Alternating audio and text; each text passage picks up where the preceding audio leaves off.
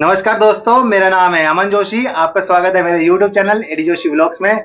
तो दोस्तों, आज मेरा जन्मदिन है और जन्मदिन के उपलक्ष्य पे मेरे माता पिता ने एक सांस्कृतिक जो चलती हुई आ रही है हमारे उत्तराखंड में, वो प्रचलन में चलती हुई आ रही नौ ग्रह पूजा का आयोजन कर रखा है घर पे। तो दोस्तों, आज मेरे जन्मदिन के उपलक्ष्य पे आचार्य नरेश चंद्र शास्त्री जी आ रखे हैं और आपसे मैं मिलवाता हूँ उनको।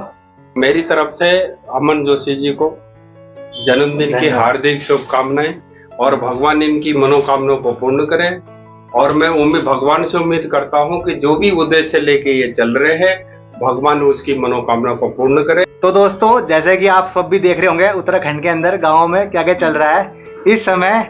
गाँव के अंदर देखो, हास्य वाला भी तो टॉपिक हो सकता है, पर मैं इसको हास्य के तौर पे नहीं हूँ। बड़ा सीरियस मैटर है कि लड़कियों की शादी तो हो रही है, पर लड़कों की शादी क्यों नहीं हो रही। पहले तो लड़कों की शादी तुरंत हो जाती थी। फिर हम आचार्य जी से पूछा कि आज का अलग गढ़वाल में लड़कों को शादी किले नहीं होना, और ये चर्चा माम अबर पापा तभी शामिल कर ला और आप ये चर्चा सुनना बहुत मजा आनंद है डाल।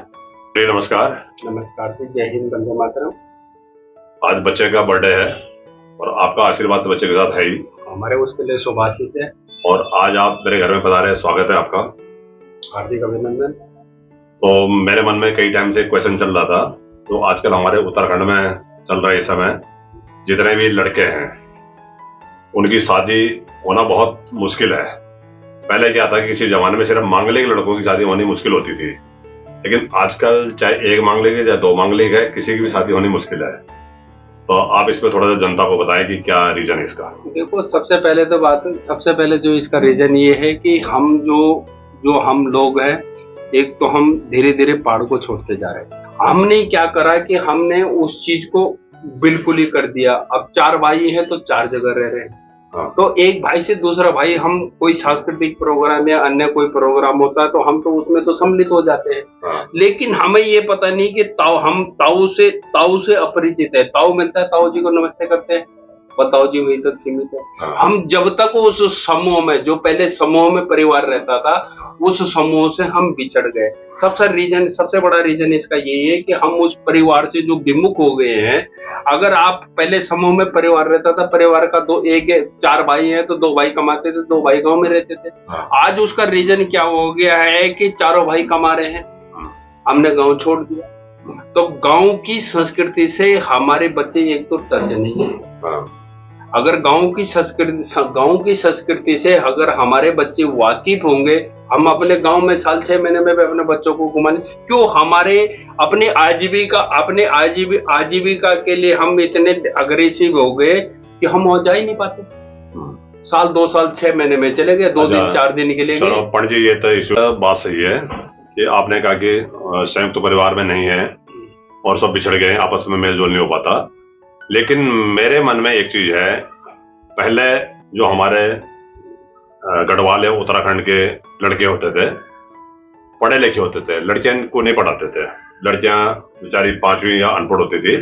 लेकिन अगर कोई उस समय सूबेदार, मेजर या प्रिंसिपल भी बना हुआ है तो वो 5वीं पास लड़की को बड़े आराम से एक्सेप्ट कर देता था अपने अर्धांगिनी।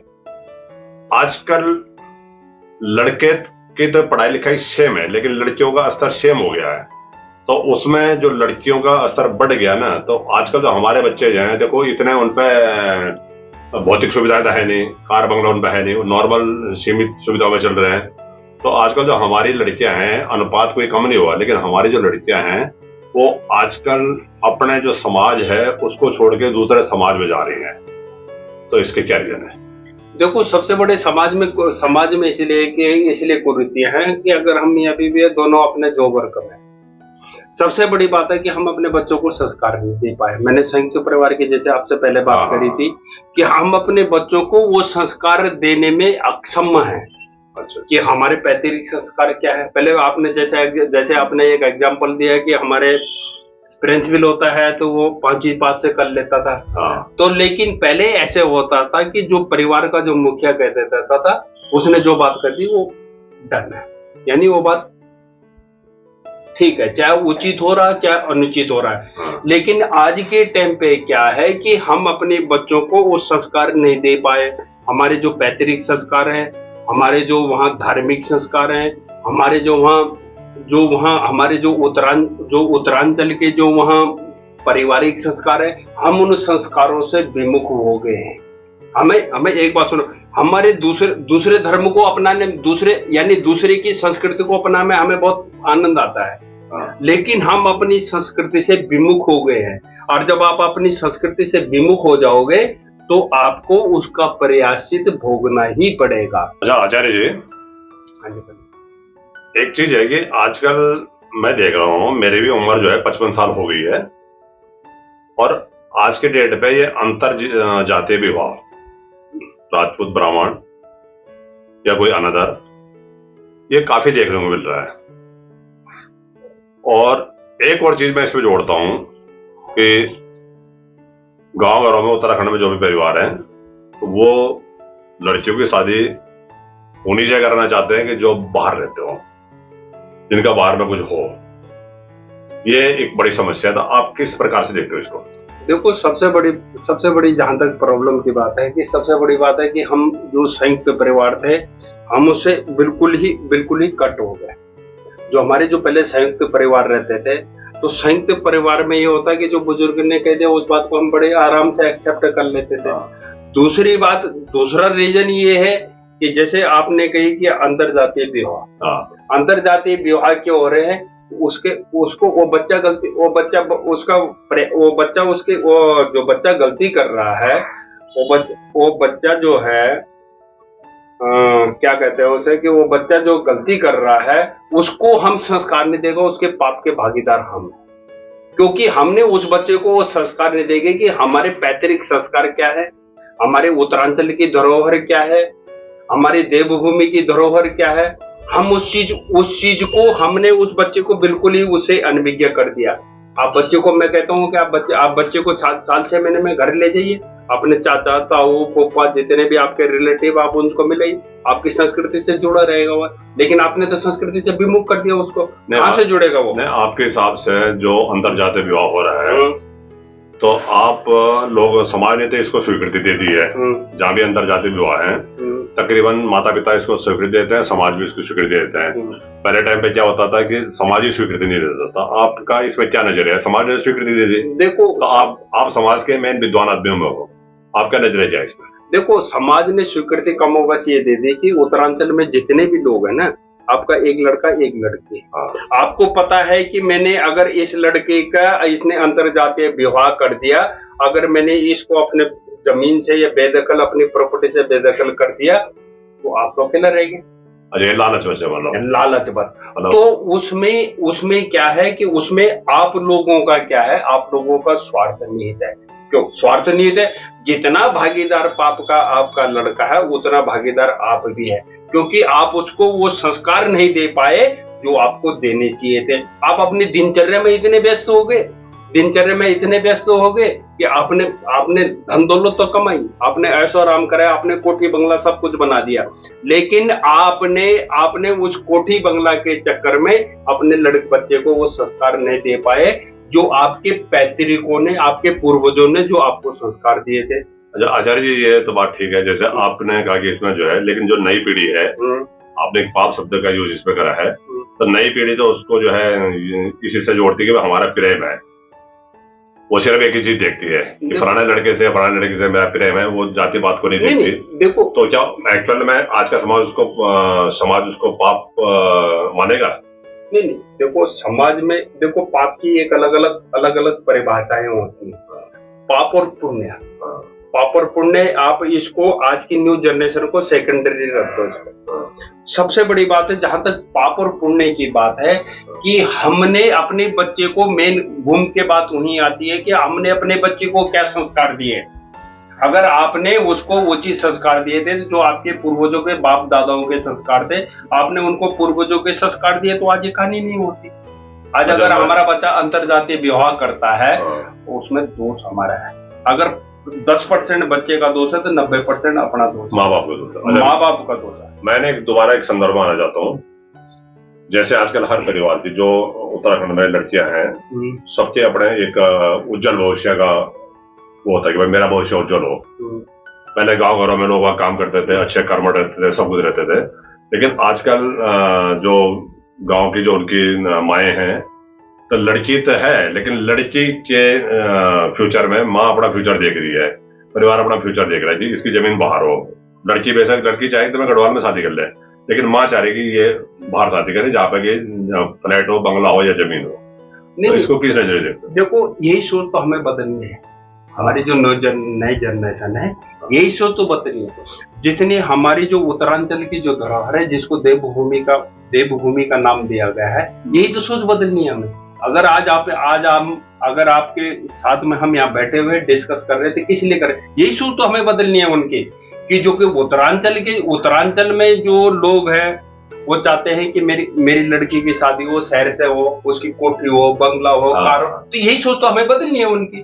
और ये सोच कैसे बदलेगी, जब आप लोग और हम लोग हो गए एक करोड़पति आदमी अगर गांव में जाके बस जाता है, तो उससे 10 गांव का भला होता है।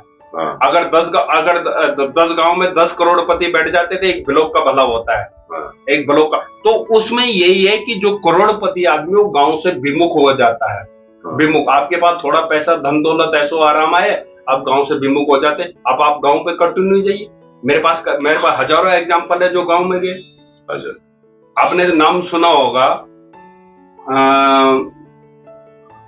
हेमंत बोखंडी, बहुत बड़ा नाम है, सामाजिक कार्यकर्ता है, सामाजिक हेमंत बोखंडी का नाम सुना होगा। हेमंत बोखंडी एनजीओ है, बहुत बड़ा एनजीओ चलाते हैं। इनके तीसरी पीढ़ी, चौथी पीढ़ी ने जाके ग्राम गोला, एक ग्राम सभा आती है, इन्होंने गांव में मकान बनाया और बहुत अच्छा पैसा लगाया। और ये मोस्टली एक एचपी से रिटायर है, और मोस्टली इन्होंने नहीं होगा तो अच्छा पैसा लगाया इन्होंने गांव में। और मोस्टली 80% गांव में खर्च करते हैं, अपना टाइम अपना गांव में लगाते हैं, गांव में जाते हैं, लोगों की प्रॉब्लम को देखते हैं कि इन लोगों की क्या समस्या है, उस समस्याओं से अवगत होते हैं, फिर उसके समाधान की ओर अग्रसरित होते हैं। तो जब तक जो शहर का जो धनाढ्य वर्ग है, उत्तरांचल का जो शहर में बच गया धनाढ्य वर्ग है, जब तक ये गांव में नहीं जाएगा तो ये सिलसिला ऐसे ही चलता रहेगा। मतलब आपके हिसाब से माइग्रेशन जरूरी है, माइग्रेशन वापिस अपने पैतृक स्थान में, जब तक आप अपने निवास स्थान को सुदृढ़ नहीं करेंगे, ये प्रॉब्लम ऐसी चलती रहेगी।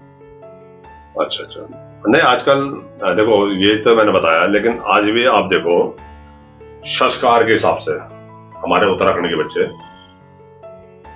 बहुत बेस्ट होते हैं, लेकिन अभी तक मेरे को समझ नहीं आया कि जो वहां की लड़कियां हैं, उन बच्चों को क्यों स्वीकार, मतलब हमारे यहाँ पे जनसंख्या अनुपात खराब नहीं है, लड़कियां लड़कों का अनुपात खराब नहीं है जैसे दूसरे राज्यों में है, हमारे यहाँ ठीक है, लेकिन उसके बावजूद भी आप ये देख लो कि हर गांव में बैचलर की संख्या बढ़ती जा रही दिनों दिन।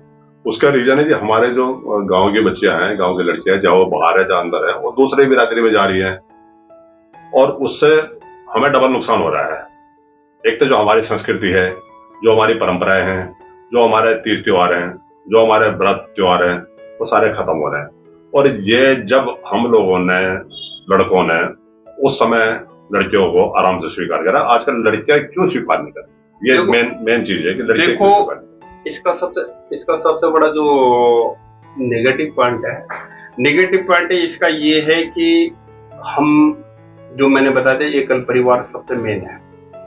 एकल परिवार ये है कि अगर देखो, संयुक्त परिवार में आदमी की अच्छाई बुराइयां बहुत आसानी से पता चल जाती है। एकल परिवार में आपको अच्छाई बुराइयां पता करने में काफी समय लगता है। लेकिन जब अब ये एक मजबूरी है ना कि भाई हम लोग वहाँ रोजगार के नहीं, देखो और मजबूरी में बाहर बसे हुए हैं, तो उस मजबूरी के चक्कर में हम अपने संस्कार ही छोड़ दें।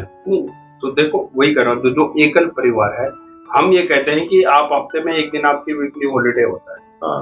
आप वीकली हॉलीडे अपने बच्चों को उस दिन आप अपने बच्चों के साथ स्पेंड करिए, खर्च करिए अपने बच्चों के साथ। चलिए, आप अगर हमारी बातचीत इतनी ज्यादा चली है और अच्छे संदर्भ में चली है, काफी कुछ मुझे भी जानकारी मिली है, लेकिन अब आप अपने प्रदेश उत्तराखंड वालों को, जो प्रवासी हैं चाहे वासी हैं, उनको क्या संदेश देना चाहते हो? देखो, उत्तरांचल के जितने प्रवासी या अप्रवासी हैं, मैं उनसे ये कहता हूँ, आप ठीक है गढ़वाल से कुमाऊं कर सकते हैं, नैनीताल, अल्मोड़ा, पिथौरागढ़ इत्यादि जो भी हो गए, आप अपने उत्तरांचल जो देवभूमि पर्वतीय अंचल है, आप उसी में अगर आप शादी विवाह करेंगे तो आपकी धरोहर, आपकी संस्कृति और आपका जो वर्चस्व है वो कायम रहेगा। अगर आप दूसरी संस्कृति में अगर जैसे इस टाइम हो रहा है, अगर दूसरी संस्कृति में अगर इस तरीके के करते हैं तो आपका संस्कृति का लोप होने की बहुत संभावना, मतलब हमारी संस्कृति लोप होने के चांस पूरे हैं, पूरी संभावना है। मतलब आपका कहने का मतलब ये है कि उत्तराखंड का है तो उत्तराखंड में ही शादी, हाँ, चाहे वो कुमाऊं वाला गढ़वाल से करे या गढ़वाल वाला कुमाऊं से करे या जौनसार से करे, हमारी जो सारी जो प्रदेश की संस्कृति है उसका समावेश एक ही जगह रहे, और हम अपनी संस्कृति से विमुख न हो। ये आपका कहने का मतलब है, मेरा कहना। तो दोस्तों, आचार्य जी और पापा ने जो अभी डिस्कस करा है, मैंने सुना है और आपने भी सुना है, तो इससे ये निष्कर्ष निकलता है कि हमें अपनी संस्कृति हो गया, अपना गांव हो गया, अपना मुल्क हो गया, इन्हें नहीं छोड़ना चाहिए। हमें मतलब गांव भी जाना चाहिए, संस्कृति को अपनाना चाहिए, और ये जो चीज़ें विलुप्त हो रही है इनसे बचाव होना चाहिए, जिससे कि हमारी जो संस्कृति है वो बचे रहे और हमारा जो शादी ब्याह है लड़कों की वो होते रहे। तो दोस्तों, इस वीडियो को यहीं तक रखते हैं, मिलते हैं किसी और नए वीडियो में, तब तक के लिए जय हिंद, जय देवभूमि, जय उत्तराखंड।